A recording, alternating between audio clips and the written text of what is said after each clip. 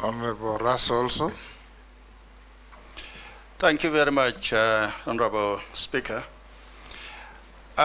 Professor, when a Kenyan reads a Gazette notice of Kenya Gazette, they will tend to believe that is the true reflection of a policy direction from government. In March this year, you closed the Ilo gold mine in Moyale, that it will be closed for 30 days following the skirmishes that had taken place. But since then, over 30 lives have been lost, including that of security officers.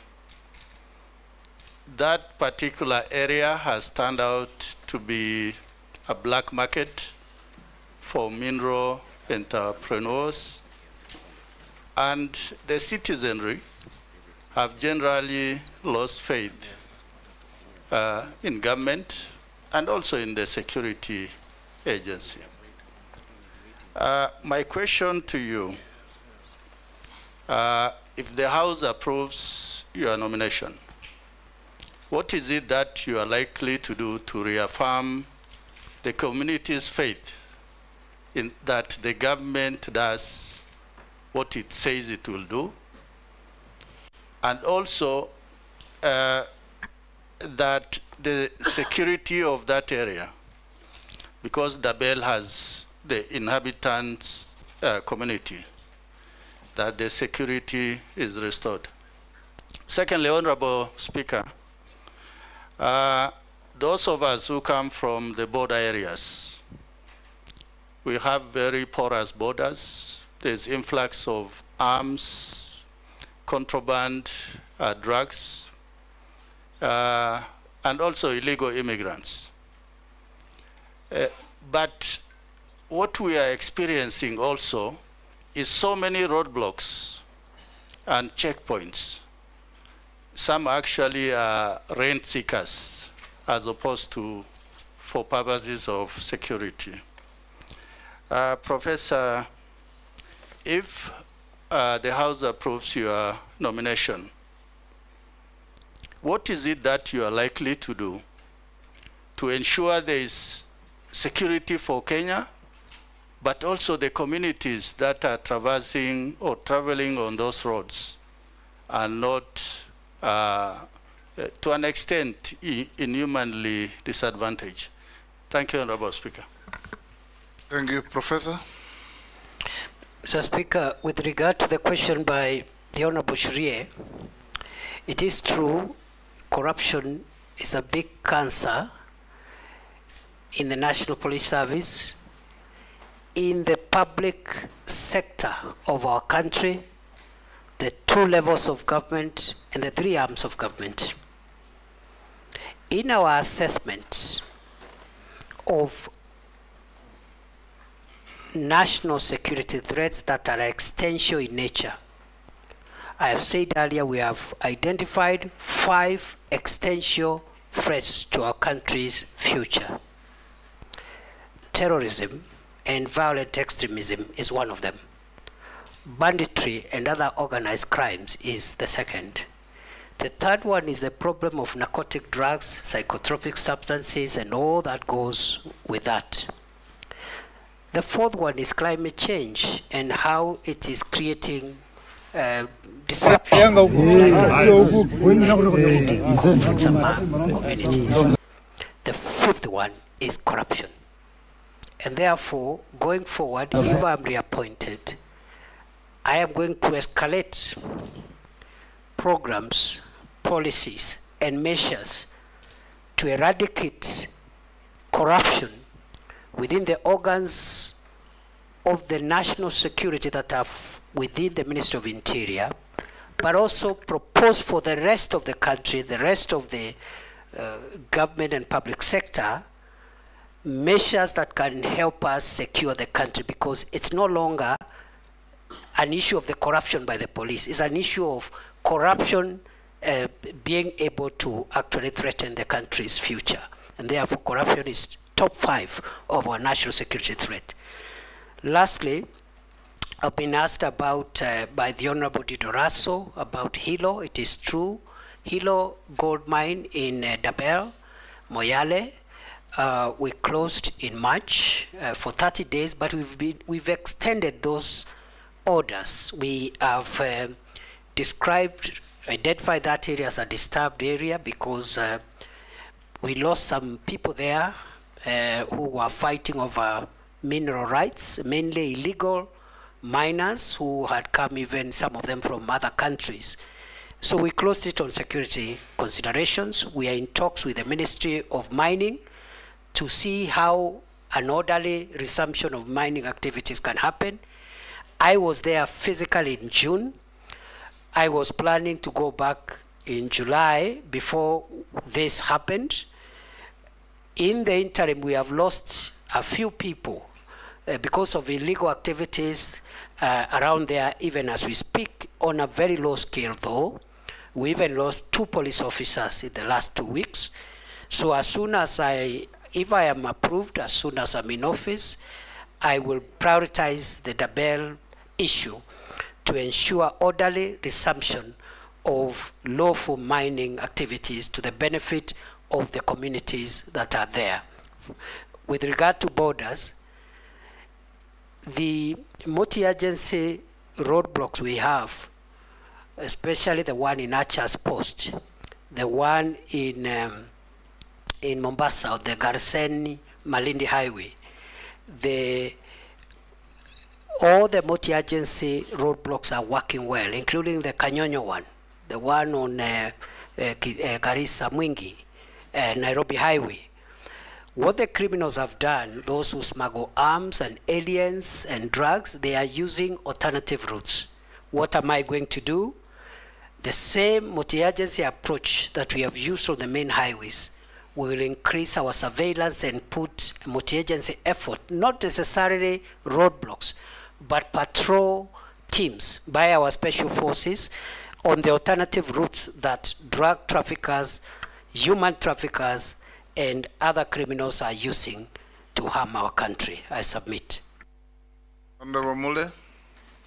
Thank you very much, Chair, and thank you very much, nominee. Honorable Speaker, I want to ask Professor that he came to be the Minister for Interior after the last election and be vetted by this committee and approved, and understanding very clearly the economic policy of the Kenya Kwanza policy of bottom-up economic transformation. You have been in office, and I want to bring you to your attention that the National Assembly put up regulations for private security firms to be regulated properly. And in the view of the better or the bottom up, it was to create employment. But in the time you have been in the office, this industry has suffered tremendous losses whereby you have not given them any regulations. You have not restored order and system in the private sector. And I would wish to know exactly what are you going to do. These private companies have been providing employment to more than almost 1.5 million Kenyans, and they could do better if the government enables proper regulations to create that. And you revoked the license of the Private Security Regulatory Authority, whereby 9 companies plus in this country have not been able to create employment. Are you in the tandem of the idea of creating employment, or making sure that there is no more employment and reducing the tax collection for the government? Because that is in your docket, whereby you need to create environment. And being the last person, Mr. Speaker, I would wish to ask the CS to give us a number of activities he has participated in pro bono work in this country, preview to being a CS or after being nominated as a CS in this country. And last but not least, CS, the issue, I'm the last one, so I just want to give him 10 minutes to respond to me. The nominee, the issue of ID in this country is really, really alarming, especially to the young people who are intending to join institutions of higher learning. And I can assure you, quite a number of them, they are not able to register or for admission in the Institute of Higher Learning. What can you do better to make sure that every young people, and especially the Gen Zs, immediately they are clearing their secondary school, they acquire their IDs at the tail end of their Form 4? Why do we have to wait for them to get out to the field and start struggling to get this opportunity? What collaboration will you do with the Ministry of Education? By the time these young people leave school, they already have an ID. We don't need to wait until they get out here to start struggling. What measures are you going to put if, and I'm using the word if carefully, you'll be approved by Parliament and this committee? Professor. Mr. Speaker, sir, the private security regulations emanated from our ministry, of course, were presented to National Assembly for approval. So those regulations themselves speak to the fact that we've been actively involved in generating policy, guidance, and framework for this very critical sector. In fact, it is my belief, having interacted now with the ministry for 21 months, that the private security, if a little bit regulated in terms of the curriculum and the kind of content those that are recruited there go through, can help us in providing security for some of the private and not so critical installations. And we can vet some of the deserving cases to even be armed, so that instead of having a police officer manning a supermarket or even a bank, sometimes like it happens in Uganda and other countries, you can have very qualified private security people vetted and armed to supplement the work of the police, so that we don't overstretch the national police officers. On the second issue from the Honorable Mule, it is true that the Private Security Regulatory Authority had revoked 9 licenses. The 9 companies appealed to the Cabinet Secretary, and I reversed that revocation in accordance with Section 43 of the Act. So those licenses that were revoked, they were reinstated on appeal. Then the issue of pro bono work. Pro bono work, I understand it to mean unpaid work. That's the understanding of pro bono work from my very limited legal background. I don't know, like which one now, maybe in church or at home or where. Because since I became minister, I have no free time to do anything. I have no time to do anything. I hardly sleep. I hardly have a weekend. Night and day are the same for me. But before then, I used to volunteer in many, many activities, some organized by Law Society of Kenya, some organized by church organizations, etc., etc. The last question by the Honorable Mule is on identity cards. We have suffered the current discomfort because of court injunctions. That's number one. Court injunctions for 4 months between last year and early this year, and right now there's even another court injunction. Number two, we have suffered the disruption because of change in technology from the 2nd generation ID to the 3rd generation ID. And I have explained the need for us to change the technology, because the current ID we have, the second generation ID, cannot be recognized outside this country. It cannot even be a travel document. The security features are very rudimentary, very basic. And therefore the move to new technology, better technology, more secure document has caused disruption. Court injunctions have also caused distraction. And just like passports, in the event that I am reappointed, because the member said he used if deliberately, of course, I also want to promise, if I am reappointed, the same way I have focused on reforming the immigration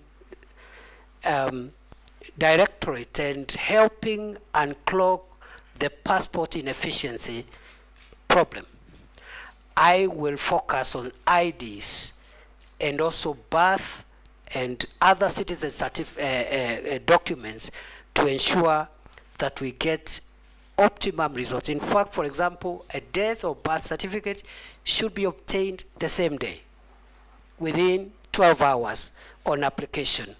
And perhaps the ID, we should be able again to once we get out of the court injunction, we should be able to retain the 7-day target. At the moment, we are working with 21 days before the injunction. Thank you, Minister nominee. Sorry, Naisula. I didn't want to go another round. Speaker, I will not. After this nominee, I'll never ask for another round, and it's not a question, it's just a comment, because I'm very passionate about the issues on North Rift, and if the nominee happens to be approved by this committee and the National Assembly, I would like to just say that even as you deal with security matters and the hardware, please remember also peace and dialogue of those communities.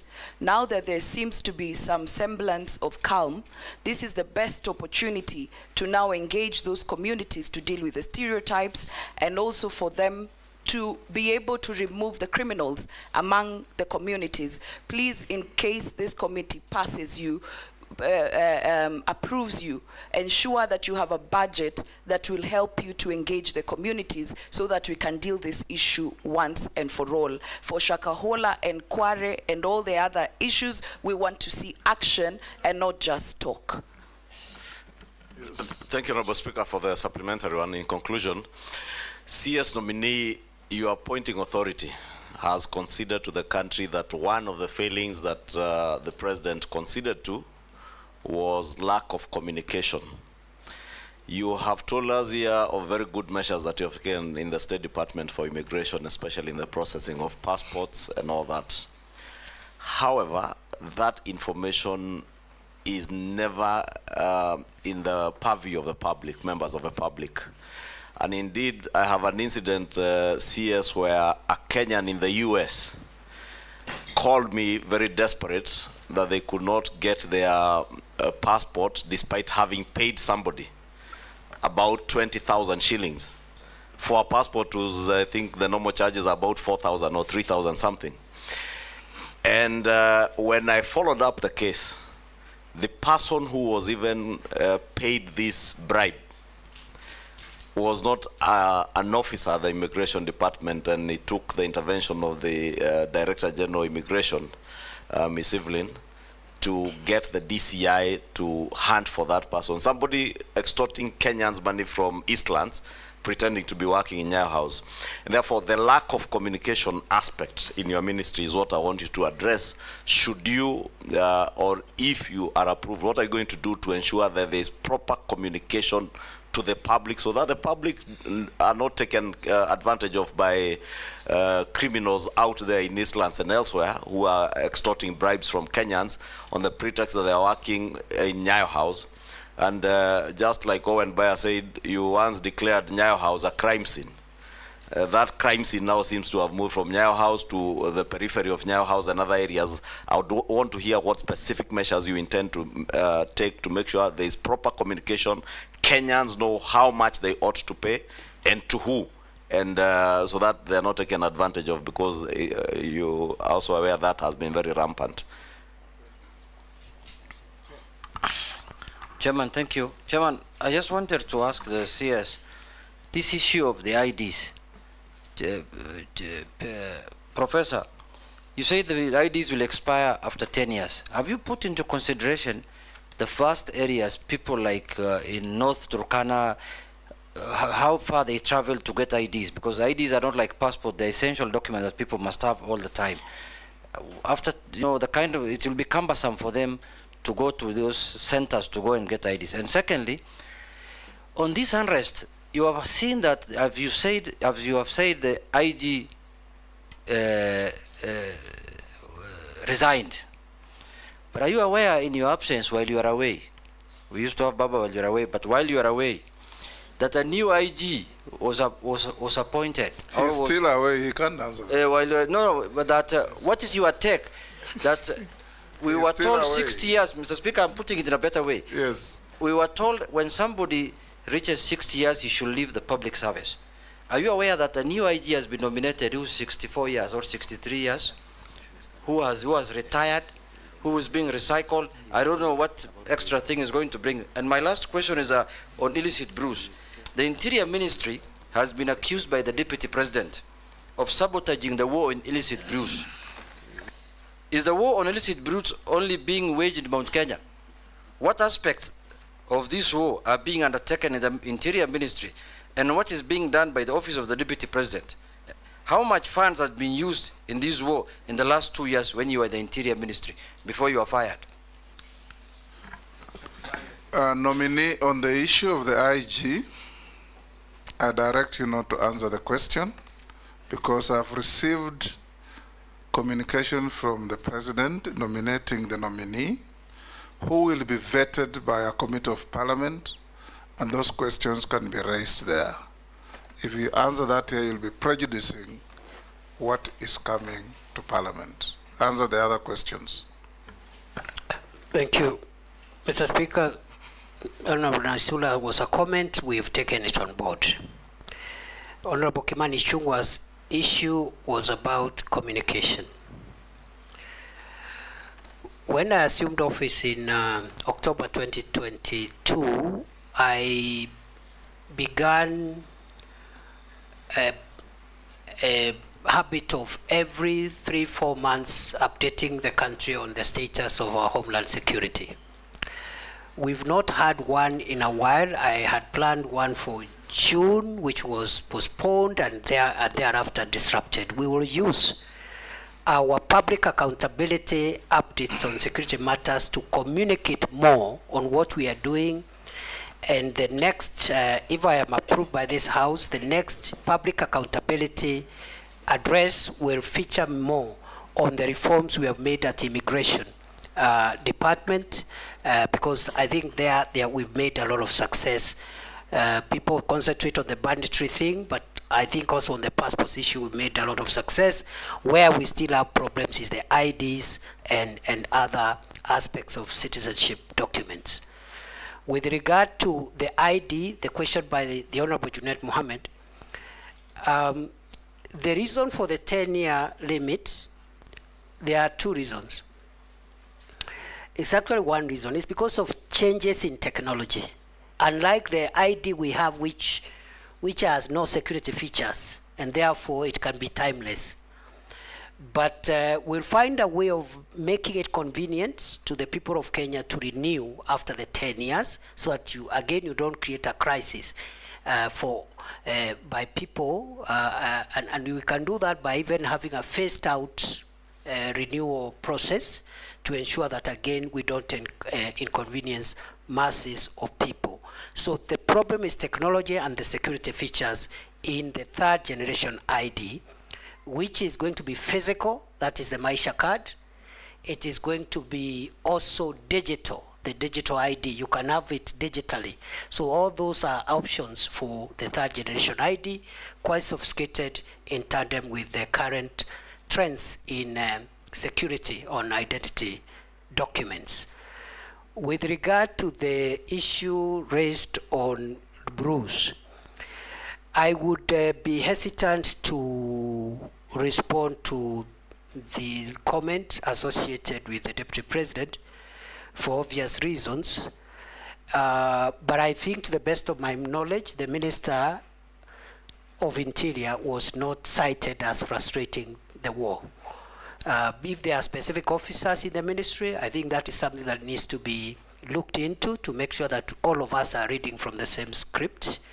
The government policy is to make sure that illicit brews, toxic substances and drugs are not provided to our kids, not just in central Kenya, but everywhere in the country. With regard to how much money the Deputy President Office has used, again, I am not privy, and I think that is the office that can answer that question. How much funds have we used in the fight against brew? We have not allocated any special budget in the Ministry of Interior in the fight against illicit alcoholic drinks and drugs. We have used our normal budgets, our normal security operations budget, to carry out that program as part of the normal programs. I submit. Professor, I'll ask you one or two questions. The first one is a furtherance on the issue of IDs. As you introduce a 10-year ID, just take into account that an ID in this country is everything. You can't enter a supermarket, you can't open a bank account. The old and PWDs cannot access social safety net funds without an ID. Now, if you are going to have that ID last for 10 years, then you must put in place a seamless renewal process so that people don't suffer because of failure to renew an ID card. And if you are approved to go back to office, I would want to see that you draft regulations that will guide and manage renewal of IDs and bring to Parliament for approval. The second issue I want to ask you, nobody asked you, prisons fall under your authority if you are approved. What are you doing, or what do you propose to do about prison reforms? I remember when we were senators and we went with you to Kitui, and we found prisoners literally half naked, poorly dressed, and looking like they were very poor hygienic conditions in which they were operating. What are you going to do, if approved, in prison reforms to make prisons more humane? And also, what are you going to do to reverse the continuing stealing and grabbing of public land occupied by prisons in the country, which is going on all over? Thirdly, the new constitution allows Kenyans who had left the country, taken greener pastures, and acquired citizenships of other countries to reacquire Kenyan citizenship on application. That's what the constitution says. But we get a lot of communication and phone calls from Kenyans out there who are struggling to reclaim their citizenship because they have either British or American or whatever citizenship. What are you doing to simplify? Because the constitution says you reclaim your citizenship on application. What are you going to do to simplify the process of reclaiming citizenship by Kenyans who lost their citizenship? If you can answer those, then I'll come to other simpler questions to you. Thank you, Mr. Speaker, sir. Mr. Speaker, on the first issue of IDs, I agree with your recommendation and guidance that we should consider seamless transition from after the 10 years to avoid creating a crisis. I believe it will be possible because we had a similar situation with passports when we went into e-passports. So what you do, for example, is to say that the ID that has expired will continue operating until you get a new one, for example, because you cannot be faulted because of a government administrative measure. Number two, we will make sure that we anticipate and put in place a rapid response initiative where you deploy additional facilities, additional service points, additional personnel, even if it's on a temporary basis, at a time when many of these IDs will be expiring. But by and large, the old ID, the expired ID should work until when the state gives you a new one, because it's simply for technology purposes, safety features. It is not that we will give again another ID. It might even be the same, depending on whether or not we will consider that ID as being secure, a secure document by that time. With regard to regulations as guided, we will prioritize that, Mr. Speaker. With regard to Kenya prisons, we have part of the Maraga Task Force report. We have a number of recommendations on modernizing and reforming the prisons, which we are taking up. I have prepared a CAB memo, which had not been submitted to Cabinet, but I'm sure if I'm reappointed, that will be a priority. And the areas of reform include making the prison enterprises more productive by investing in better technology in their workshops to make sure they produce more competitive goods which are affordable. Number two, welfare issues. In fact, these seats you see here were made by prisons. Absolutely. So if they are empowered, because that is labor and skill is available, if they are given better equipment and for carpentry, for masonry and other skills in the prisons, we're going to have better output and generate more revenue and avoid the prisons relying on S-check all the time in these times of constrained budget. We also want to make sure that we improve on welfare issues, including the terms and conditions of service of prison wardens. Is part of the Maraga Task Force recommendation in consultation with the SRC. We also are working on software issues, for example, providing mattresses. We have a program called One Prisoner, One Mattress program, where up to now we have provided 10,000 from our budget, but also with the support of other partners. And we want to make sure that every prisoner at least has a mattress, as we even work on physical facilities and the housing for our prison warders. We want to construct 28,000, and we have already, I think, I don't have the figures right now, but I think we've done nearly 500 in different prison facilities. We want to do 28,000, which should almost meet the entire demand, because that is almost the population of our prison personnel complement. Other than that, the prison land, there are certain serious encroachments on prison land. The most notorious one is the Kitale prison land, where out of the 3,000 acres, only less than 300 are available. The rest have been grabbed by powerful and former senior people in various administrations and their friends. We will have to recover it. We have engaged the National Land Commission and other stakeholders. We will recover the land. They say that every prison land must have a title deed. Many of our prison lands are not titled, so we are working with the protected through titling. The last question, Mr. Speaker, sir, you asked is about those Kenyans who are regaining citizenship. We have made tremendous progress, and I want to admit, in line with what the Leader of Majority said, I think the communication is what we need to improve on. We have made tremendous improvement and reforms in the processing of citizenship applications by foreign nationals who want to be Kenyans, but also by Kenyans who had lost their nationality before the 2010 Constitution and are now entitled to reapply. When I came to office, there were 2,700 pending applications. I cleared the backlog within 30 days. Right now, we are receiving applications on a rolling basis.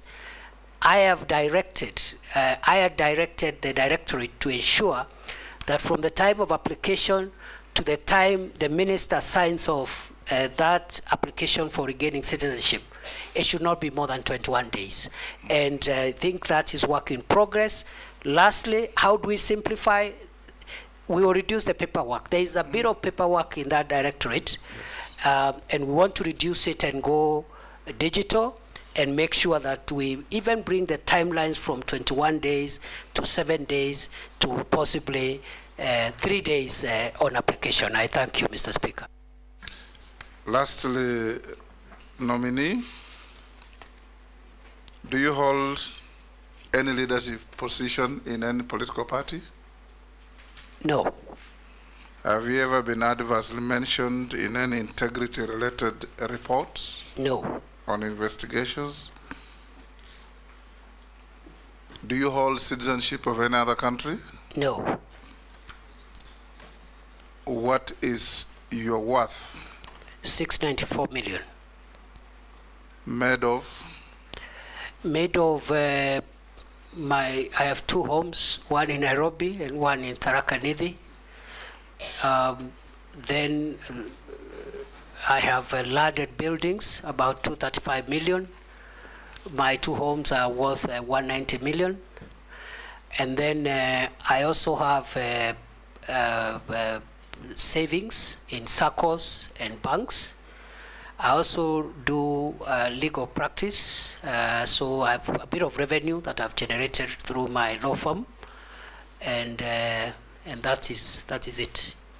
And I forgot, Mr. Speaker, when I was filling in, I forgot to add, I have vehicles of about 17 million, which are not part of that report. I apologize. I remembered after I had submitted the questionnaire. Honorable members, we received memoranda from one Eliud Karanja Matindi, Isaac Alwacher, Joseph Mwathi Nyanjui, Khalid Ibrahim, Aisha Adan, Sonia Mushila, Masi Murugi Kuria, Ahmed Sigat, Okio Mtato Koit, David Malombe, and Collins Onyango. We forwarded them to the nominee, and the nominee responded to all of them in writing. We have them on record. Professor, we allocated 2 hours. We've done with you 2 hours and 10 minutes. We want to inform you that this brings to an end our interaction with you. The clerk has checked all your documents against what you submitted have been found to be correct and in order.